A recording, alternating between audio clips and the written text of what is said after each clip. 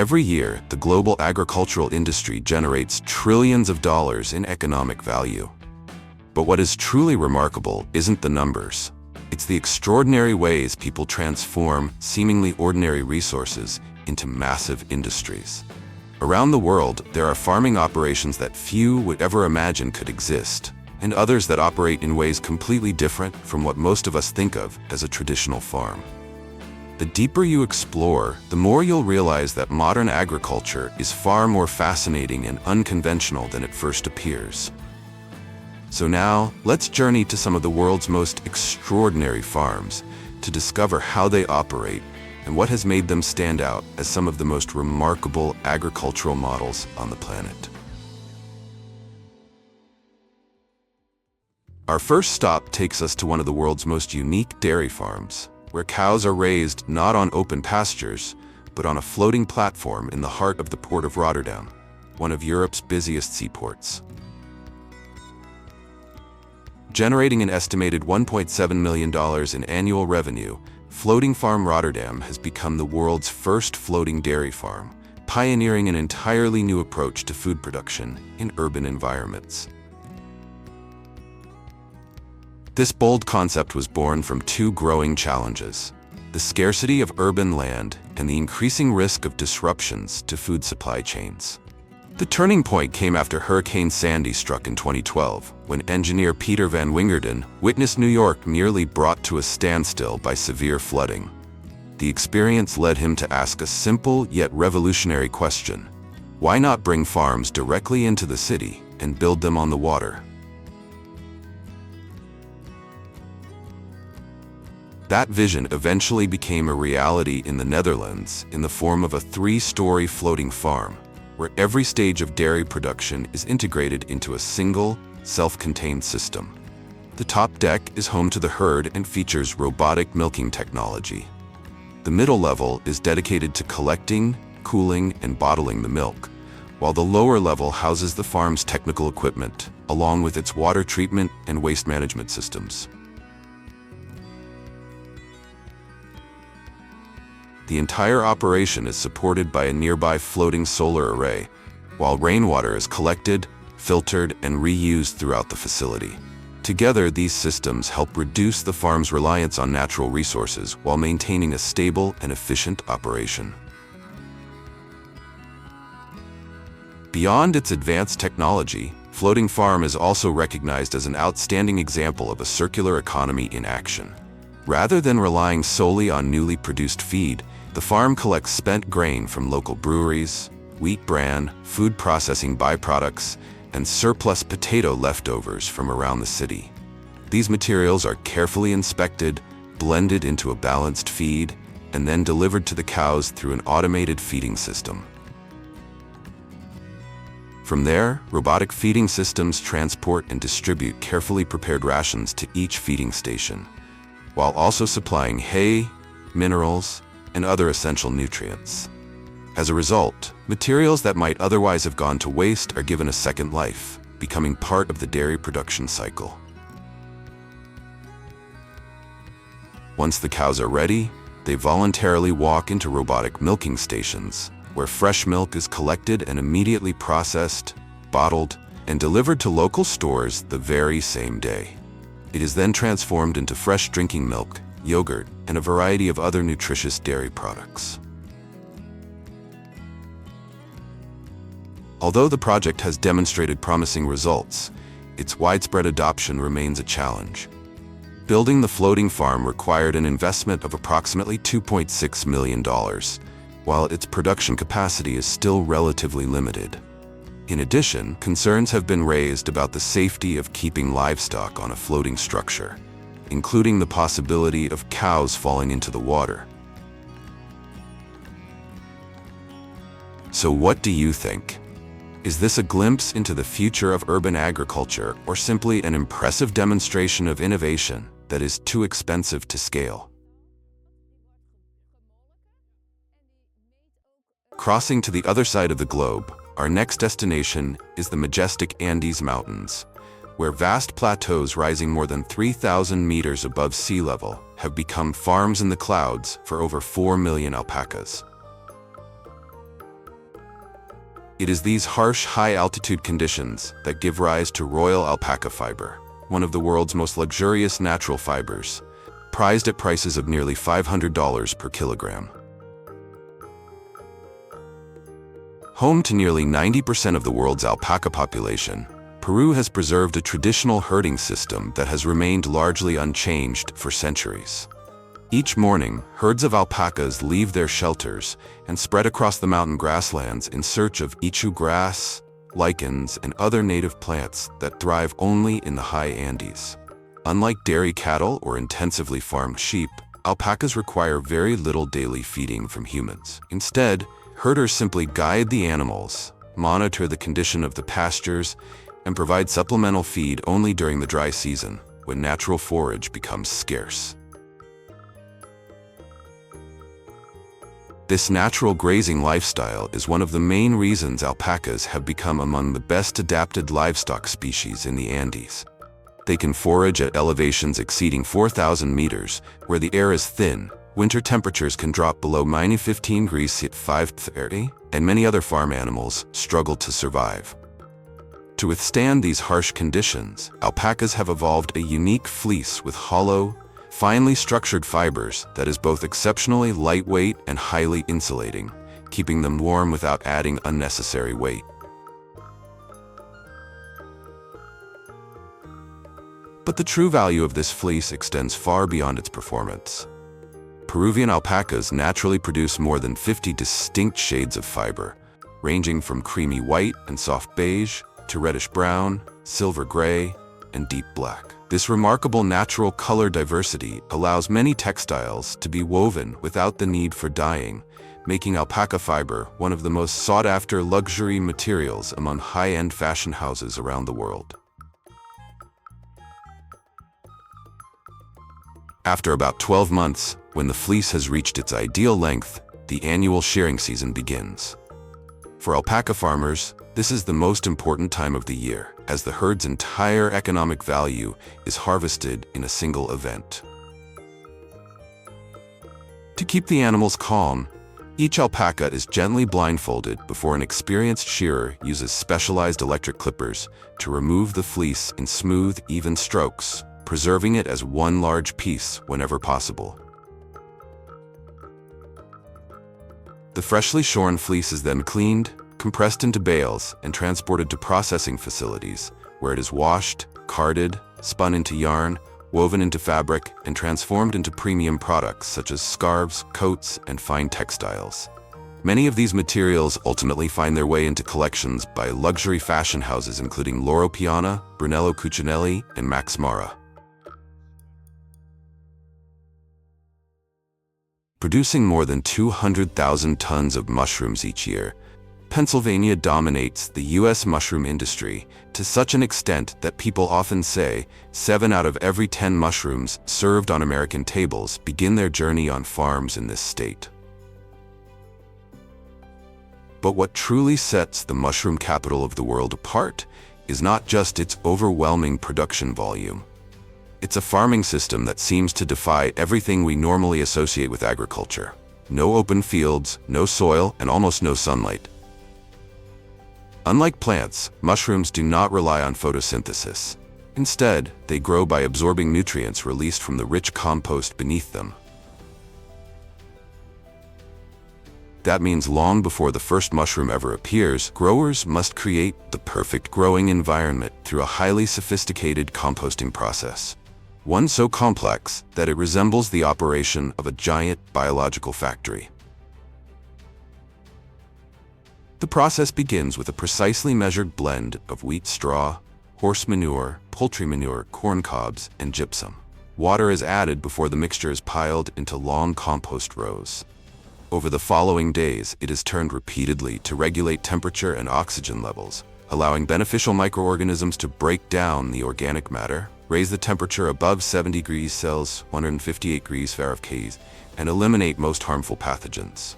Once fermentation is complete, the compost is pasteurized, cooled, and transferred into growing trays. Next, mushroom spawn is mixed into the compost and covered with a moisture-retaining casing layer. With temperature, humidity, carbon dioxide levels, and ventilation automatically controlled almost 24/7, the mycelium quickly spreads and develops into mushrooms, which are typically ready for their first harvest in just 16 to 21 days. Pennsylvania farms cultivate a variety of mushroom species, but the most common are white button mushrooms, crimini and portobello. Once the mushrooms reach their ideal size, premium fresh varieties are harvested entirely by hand.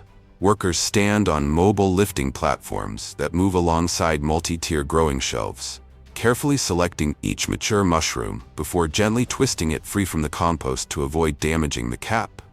The stem is then neatly trimmed and the mushroom is placed directly into a collection container to preserve its shape, firmness, and freshness.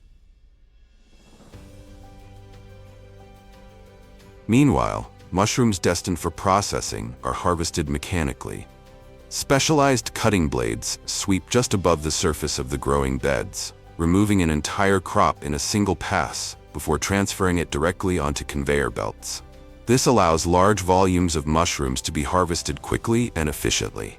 As soon as they leave the growing rooms, the mushrooms are transported to the processing facility, where they are cleaned, inspected, graded by size and quality, packaged, and placed into refrigerated storage before being distributed to markets across the United States.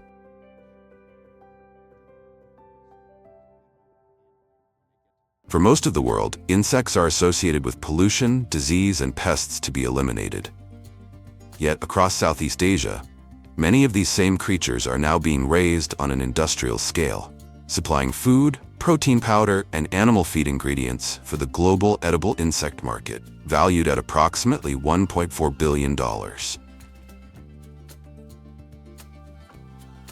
Behind this growing industry is not the large-scale collection of insects from the wild, as many people might assume, but a carefully managed breeding system designed to ensure consistent quality and minimize the risk of disease.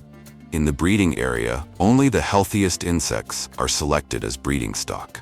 Their eggs are then screened, sorted, and transferred to incubation rooms, where temperature and humidity are kept under carefully controlled conditions until the young hatch. After leaving the hatchery, each species is moved into a completely different living environment. Cockroaches and crickets take shelter among towering stacks of cardboard trays. Scorpions are housed individually in dark, dry enclosures that mimic their natural habitats, while flies are raised in enclosed rooms where lighting, humidity, and airflow are precisely adjusted to match each stage of their life cycle. To sustain millions of insects at the same time, their feed is carefully ground and blended according to species-specific formulas, typically containing corn, rice bran, wheat, soybeans, and additional nutritional supplements. With a stable environment and a well-balanced diet, many species grow rapidly and uniformly, reaching market size in as little as 6 weeks. Once the rearing cycle is complete, each species follows a different processing path. Crickets are roasted, deep-fried, seasoned, or milled into protein powder. Certain species of cockroaches are used as feed for other animals or as valuable research materials, while scorpions are processed as food in some markets or utilized in biological research. From creatures once regarded as pests, an entirely new industry is emerging, one built within rearing facilities that, at first glance, seem remarkably ordinary.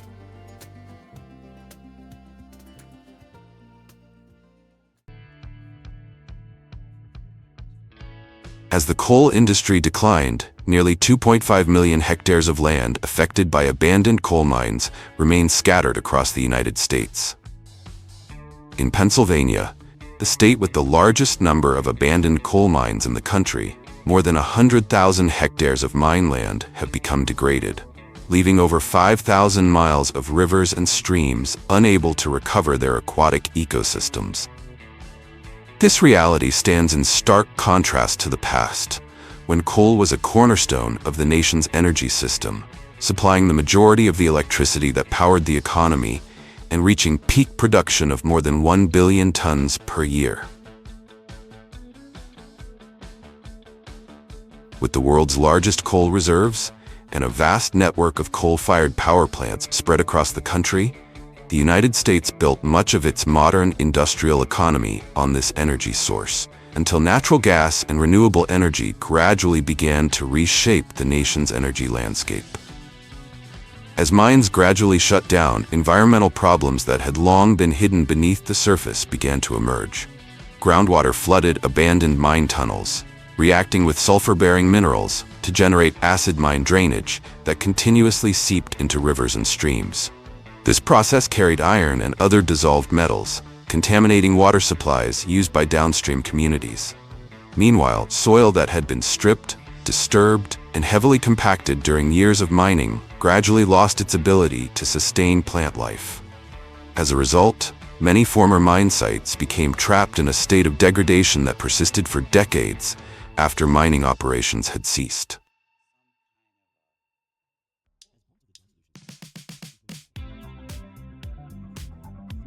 Everything began to change in 1977, when the United States passed a law requiring coal companies to restore the land after mines were closed.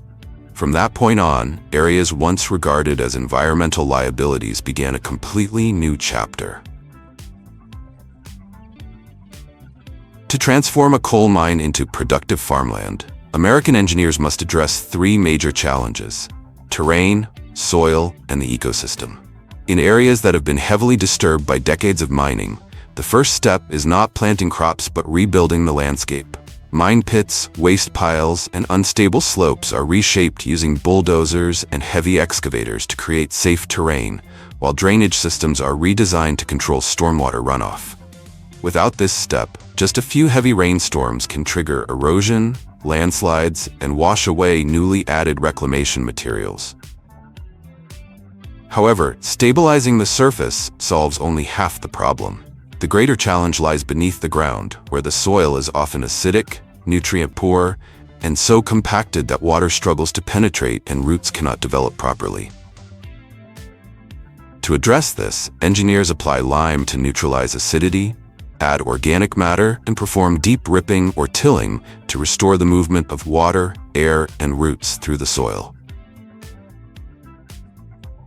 Yet even after the land has been technically reclaimed, high-value crops are not introduced right away. Only after years of continuous reclamation, typically lasting 5 to 15 years or even longer depending on the conditions of each mine site, when soil fertility has been restored and vegetation has become well established, do large-scale agricultural activities begin to emerge. In other words, mine reclamation is not simply about turning a barren landscape green again. It is the process of restoring the productive capacity of land that was once considered to have little or no practical value.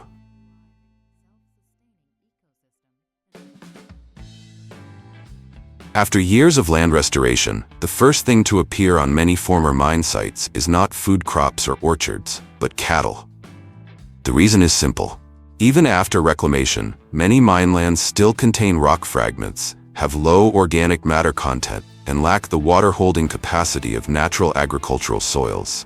While crops such as corn and soybeans require better soil conditions, forage grasses are far more capable of adapting to harsh environments. Taking advantage of this, engineers often sow large areas with mixtures of forage grasses and legumes such as alfalfa, clover, and orchard grass. Once the pasture becomes sufficiently established, farms begin introducing beef cattle, sheep, and goats for grazing. As a result, lands that are still undergoing restoration can begin generating revenue from meat production, breeding stock, and hay rather than remaining idle for years. Interestingly, in many places, these pastures are not the final destination, but rather a stepping stone to the next stage of development. With each grazing season, grassroots continue to penetrate deeper into the soil, livestock manure is naturally returned to the land, and organic matter steadily accumulates. Over time, the soil becomes increasingly fertile, creating a foundation for higher-value crops and gradually paving the way for large-scale specialized agricultural operations. However, grazing pastures are not a perfect solution for every former mine site. Many areas still have thin topsoil layers and limited water-holding capacity, resulting in significantly lower productivity than natural agricultural land. As a result, overgrazing can compact the soil again, increase erosion, and slow the recovery process. One of the main reasons why many sites remain limited to pasture land instead of progressing to higher-value agricultural uses.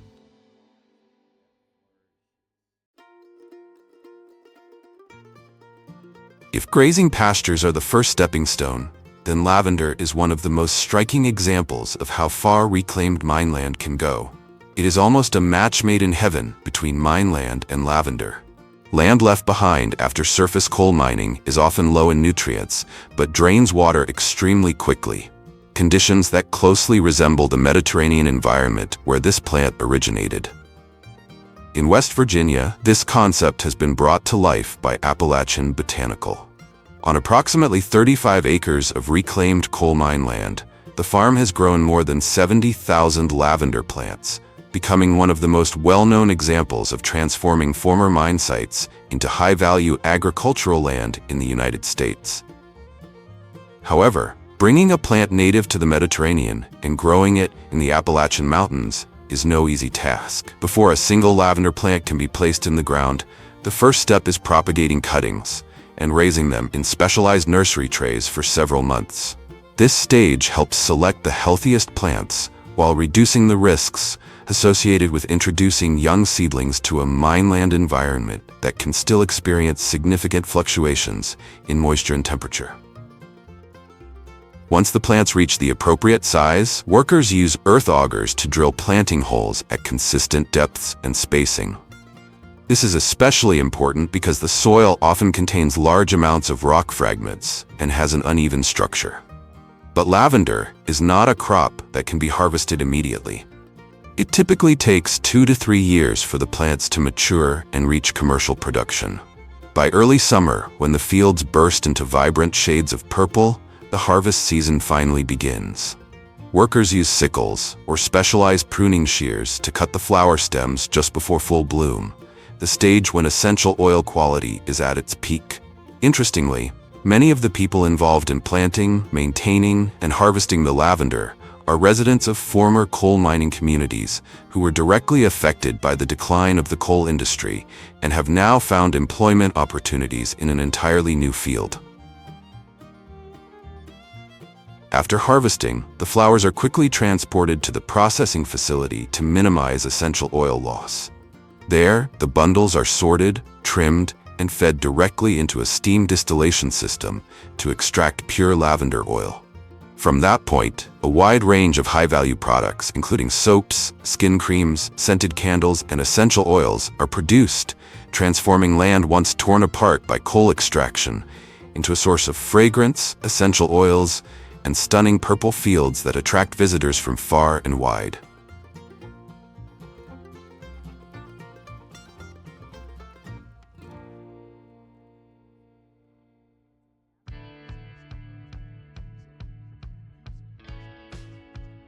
In addition to tangible agricultural products, reclaimed mineland is also being used to generate a very different kind of output: solar energy. Typically, every megawatt of solar power requires about 2 to 3 hectares of land. But instead of sacrificing productive farmland or converting natural areas, placing solar panels on former mine sites offers a win-win solution. The greatest advantage is the existing infrastructure, from major access roads to substations and transmission lines originally built for coal mining operations. As a result, developers can take advantage of infrastructure that is already in place, rather than building everything from scratch. One notable example is the Starfire project in Kentucky, where one of the largest surface coal mines in the United States is being transformed into an approximately 800 megawatt solar farm, capable of supplying electricity to hundreds of thousands of households. Even more interestingly, many solar farms on reclaimed mineland do more than just generate electricity. Instead of using machinery to control weeds, many projects allow sheep to graze freely between rows of solar panels. The panels create shaded areas that help retain soil moisture, while the grasses and wildflowers growing beneath them attract bees, butterflies, and many other pollinating insects back to the site. In return, this vegetation also helps cool the surrounding environment through evapotranspiration, allowing the solar panels to operate more consistently during hot summer days.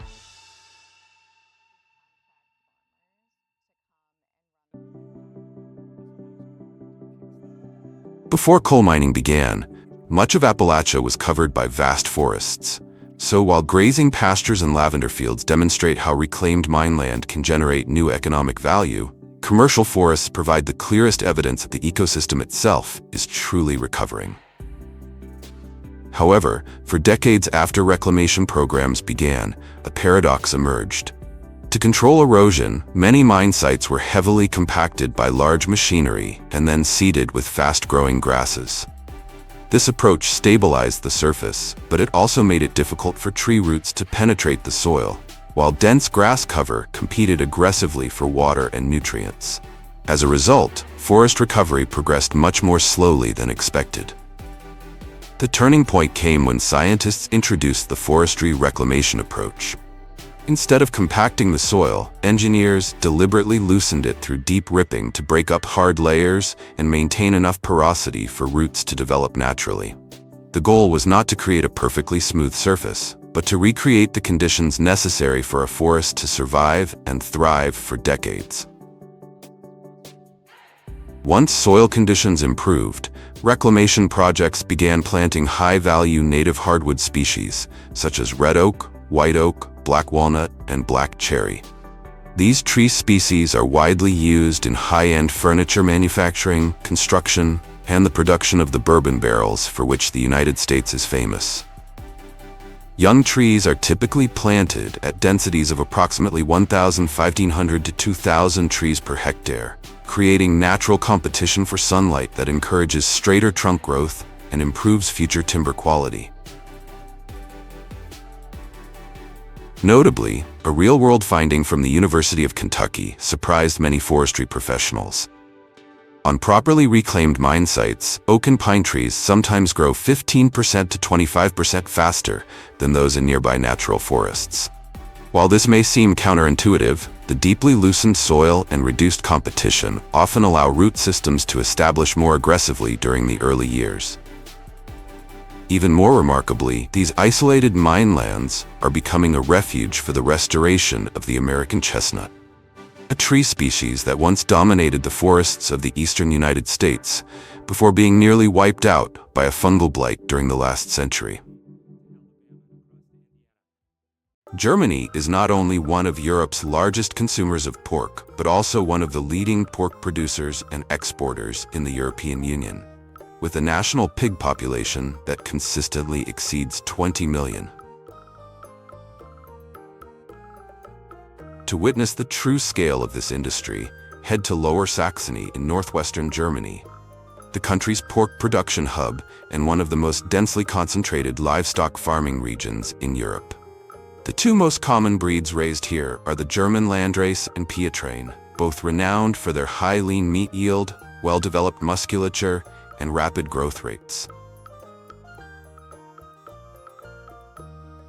Inside modern pig barns, automated ventilation and climate control systems operate continuously to maintain negative air pressure, helping reduce odor emissions.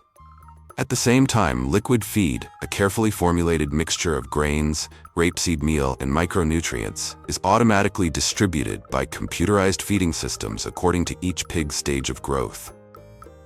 With Germany's pig population exceeding 20 million, the manure generated is collected through slatted floors into underground storage tanks before being transported to biogas plants, where it is converted into renewable energy.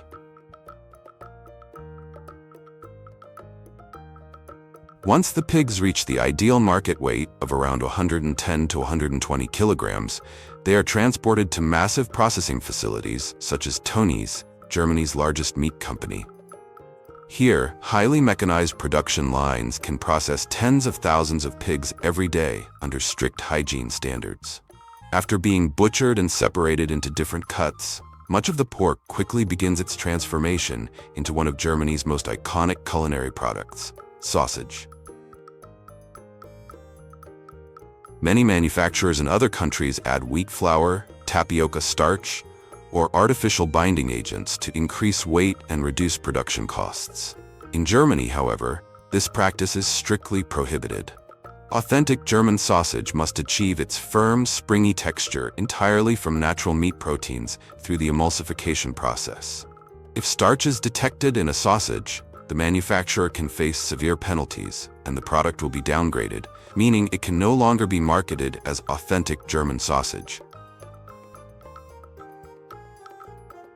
As a result of these rigorous standards, Germany has developed more than 1,500 different varieties of sausage, more than any other country in the world, making sausage one of the nation's most recognizable culinary icons. However, behind the enormous scale of Germany's livestock industry lies a major challenge: managing animal waste. Every year, German farms generate tens of millions of tons of manure and other organic byproducts. If not properly treated, these materials can contaminate water sources, increase greenhouse gas emissions, and place significant pressure on the rural environment. Instead of viewing this waste as an environmental burden, Germany has turned it into a valuable source of renewable energy. The country has built the largest biogas network in Europe and is widely recognized as the world's biogas powerhouse, with around 9,000 biogas plants currently in operation. The feedstock comes from a variety of sources, including cattle manure, pig manure, crop residues, and most importantly, silage maize. Every day, thousands of tons of organic material are fed into sealed anaerobic digesters, where they are shredded, mixed, and continuously stirred under carefully controlled temperatures. In this oxygen-free environment, microorganisms break down the organic matter and produce a methane-rich biogas. The biogas is then captured to power combined heat and power, CHP units, generating both electricity and heat for the national grid. Some facilities further upgrade the biogas into biomethane with a quality comparable to natural gas, allowing it to be injected directly into Germany's gas pipeline network. As a result, Germany has created an almost closed-loop agricultural system. Crops feed livestock, livestock produce milk, meat, and manure. Manure generates renewable energy, and the remaining nutrient-rich digestate is returned to the fields as fertilizer, completing the cycle. Leaving the livestock farms behind, we move on to another iconic agricultural product of Germany: white asparagus, often referred to as the king of vegetables, thanks to its delicate sweetness, high economic value, and special place in German culinary culture. Today, Germany is the largest producer and consumer of white asparagus in Europe, with an annual production of more than 100,000 tons. What makes this vegetable so expensive and gives it its distinctive ivory white color is a cultivation technique known as growing in the dark. Unlike green asparagus, which grows freely above the ground, white asparagus is cultivated entirely beneath raised soil beds, covered with double-sided black plastic mulch. This covering serves two important purposes. First, it completely blocks sunlight, preventing the spears from producing chlorophyll through photosynthesis, which keeps them white while preserving their mild, delicate sweetness. Second, it helps regulate the temperature of the soil beds, protecting the crop from Germany's unpredictable spring weather. Because white asparagus grows entirely beneath the soil, harvesting it is still nearly impossible to fully mechanize. When small cracks appear on the surface of the raised beds, a sign that the spear is about to emerge, workers carefully remove the soil by hand before using a long, specialized asparagus knife to cut the spear at a depth of around 20 to 30 centimeters. The soil is then immediately filled back in. If the tip of the asparagus is exposed to sunlight for even a few hours, it will begin to turn purple or green, losing the premium white color that makes it so valuable.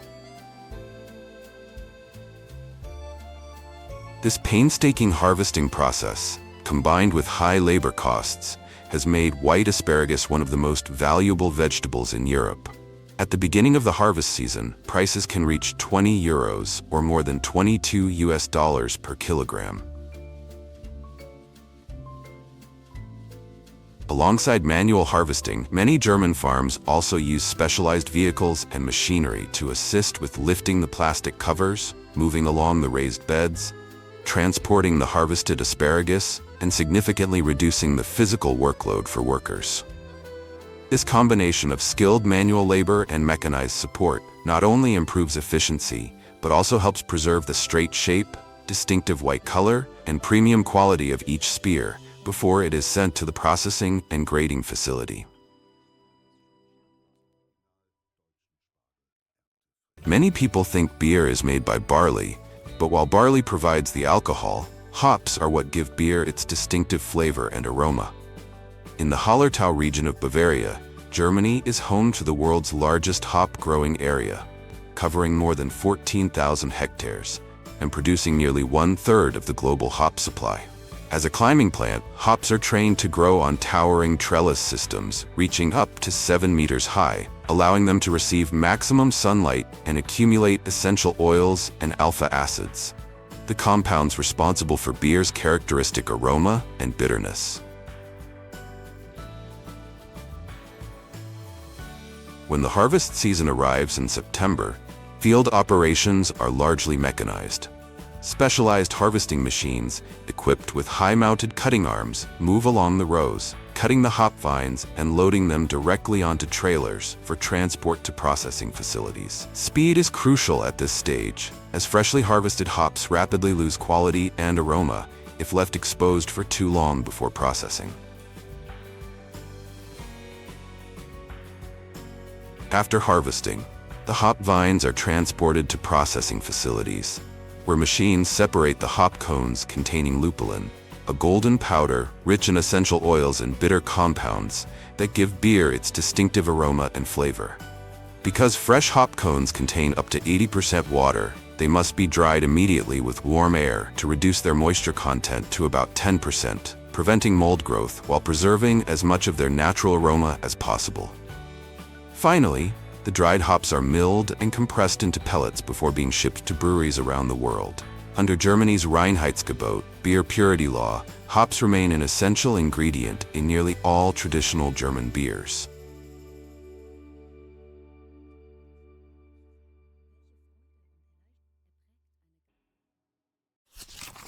To understand why the Dutch had to create new land from the seabed, we must first understand a paradox that has existed throughout much of the nation's history. With a land area of only about 41,000 square kilometers, roughly the size of the U.S. state of Maryland, and 234 times smaller than the United States, the Netherlands has long faced a limitation that many great powers never encounter: a shortage of land. Every square kilometer became a valuable resource for housing, industry, infrastructure, and agriculture. Yet limited land area was only part of the problem. The Netherlands' real enemy stood right on its doorstep: the North Sea. For thousands of years, storms from the North Sea repeatedly pushed seawater deep into the mainland. About 26% of the Netherlands lies below sea level, while nearly 60% of the country remains vulnerable to flooding from the North Sea and its major rivers.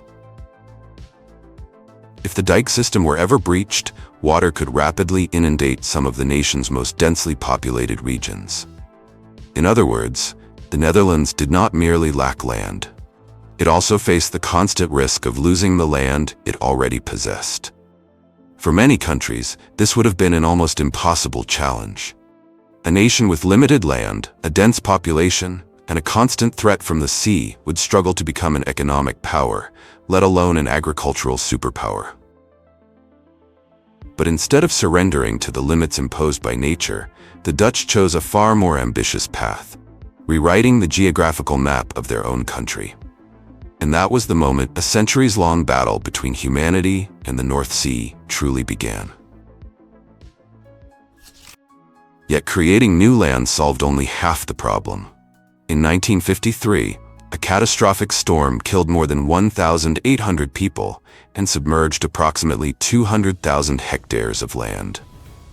The disaster demonstrated that if the Netherlands wanted to survive in the long term, it needed not only to create more land, but also to control the power of the sea itself. The result was the Delta Works. Consisting of storm surge barriers, sluices, and water control structures stretching across the southwestern Delta region, the Delta Works is widely regarded as one of the 7 wonders of the modern world. Even today, that battle has not ended. Its clearest symbol is the Landkering, a massive storm surge barrier capable of automatically closing when sea levels rise, protecting the port of Rotterdam and the most important economic center of the Netherlands. After centuries of battling the sea, the Dutch transformed their greatest vulnerability into an engineering triumph. Supported by more than 17,000 kilometers of dikes and one of the world's most advanced water management systems. And on those newly created lands, an agricultural revolution was about to begin. The greatest achievement of the centuries-long battle against the North Sea was not the dikes or the massive storm surge barriers. It was Flevoland. Located in the middle of Lake IJsselmeer, Flevoland is the youngest province of the Netherlands and the largest artificial landmass in the world. The entire region once lay beneath the sea before the Dutch transformed it into dry land through a system of dikes and massive pumping stations.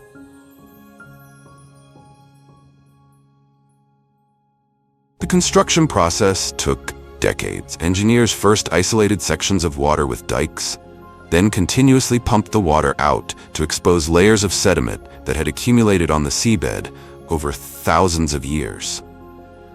The result was more than 970 square kilometers of new land, significantly expanding the development space of a country that had always faced a shortage of land.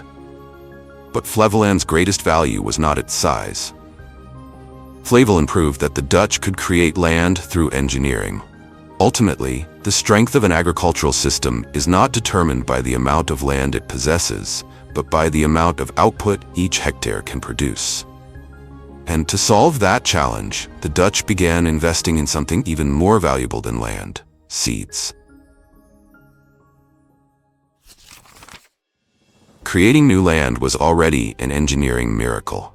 But the strength of an agricultural system is not determined by the amount of land it possesses, but by its ability to unlock the hidden treasures within every hectare of land. With a land area less than 0.5% that of the United States, the Netherlands had virtually no chance of competing through agricultural scale. It had to compete through productivity. And the answer lay in seeds. At the center of this revolution is Wageningen University and Research, the world's leading agricultural research institution, and, in many ways, the heart of the entire Dutch agricultural sector. For more than 70 years, scientists there have been researching plant genetics, seed technology, and advanced farming methods to develop crops with ever higher yields. From this scientific foundation, an ecosystem of world-leading seed companies began to emerge. One notable example is Swan, which developed a tomato seed costing less than 50 cents, but capable of producing up to 150 pounds of tomatoes over the plant's lifetime. These high-yield seeds, resistant to pests and highly adaptable to harsh weather conditions, are so valuable that they are effectively worth more than gold. Today, 1 kilogram of gold is worth around $115,000. Meanwhile, 1 kilogram of premium hybrid tomato seeds can be worth as much as $1 million. Their true value does not lie in the seed itself, but in the scientific knowledge compressed within every single seed. This advantage has enabled the Netherlands to produce around 6% of Europe's total food output, while possessing only about 1% of the continent's agricultural land. It is also the foundation that helped the country become the world's second-largest agricultural exporter, behind only the United States. But superior seeds are only half the story. To unlock their full potential, the Dutch went on to build an even more ambitious production system, a greenhouse empire.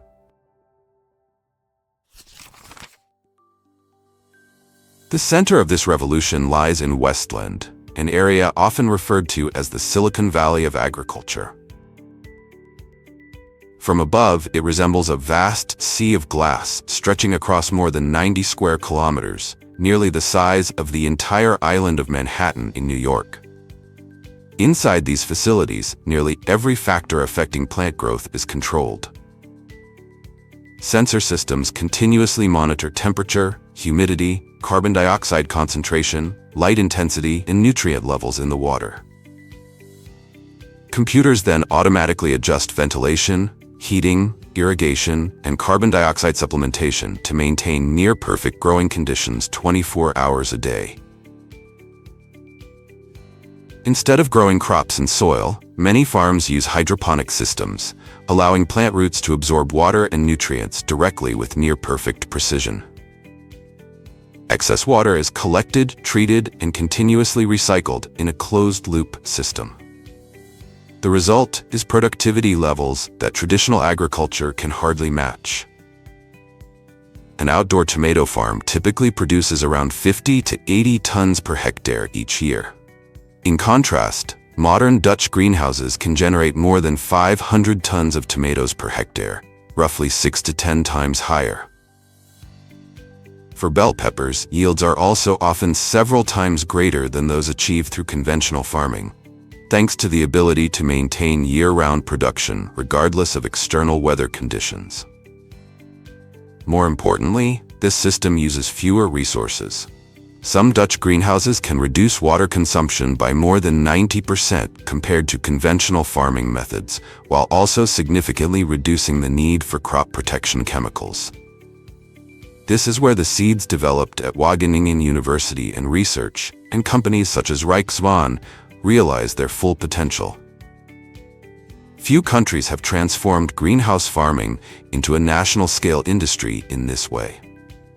By combining advanced seeds with high-tech greenhouses, the Dutch have turned every square meter of land into a food production machine with some of the highest productivity levels in the world. And it was this model that laid the foundation for the rise of a global agricultural export powerhouse. However, long before becoming a high-tech agricultural superpower, the Netherlands first conquered the world with a different product: tulips. Interestingly, the primary objective of many farms is not flower production, but bulb production. During autumn, specialized planting machines place millions of tulip bulbs into the soil at precisely calculated depths and spacing. When the flowers reach their peak condition, most blooms are removed so that the plants can direct all of their energy into the bulbs below. By summer, mechanized systems harvest, sort, and process the bulbs before they enter the global export supply chain. Today, the Netherlands produces approximately 4 to 5 billion flower bulbs annually, with tulips accounting for the majority of output. The country's bulb industry alone supplies around 60% of all commercial flower bulbs traded worldwide. But tulips are only the tip of the iceberg. In Aalsmeer, home to the world's largest flower trading hub, tens of millions of flowers are bought and sold every day. Within just hours of being harvested, flowers can appear in Paris, London, Dubai, or Tokyo thanks to a globally optimized logistics network. By this point, the model the Dutch spent centuries building had reached maturity. Land was created from the sea, seeds were developed in laboratories, crops were grown in high-tech greenhouses, and the entire output was connected to one of the most efficient logistics systems in the world. And that philosophy extends far beyond agriculture. It also appears in ASML, the only company in the world capable of manufacturing EUV lithography machines used to produce the most advanced semiconductor chips on the planet. By using extreme ultraviolet light with a wavelength of just 13.5 nanometers to etch billions of transistors onto a single chip, This technology has become the foundation for everything from smartphones and artificial intelligence to modern supercomputers. Americans have the Mississippi, Brazilians have the Cerrado, Ukrainians have some of the most fertile black soil regions on Earth. The Dutch are different. They block the sea to create land, use science to create seeds, and build technology to create productivity. Perhaps that is why a nation occupying only 1% of Europe's farmland has become the world's second-largest agricultural exporter. Because in the end, the strength of the Netherlands does not lie in what it possesses, but in what it can create. What do you think is more important for a nation in the 21st century? Possessing abundant natural resources, or possessing the technology to create value from what it already has? While the Netherlands conquered the North Sea to create land, technology is rewriting the future of agriculture itself.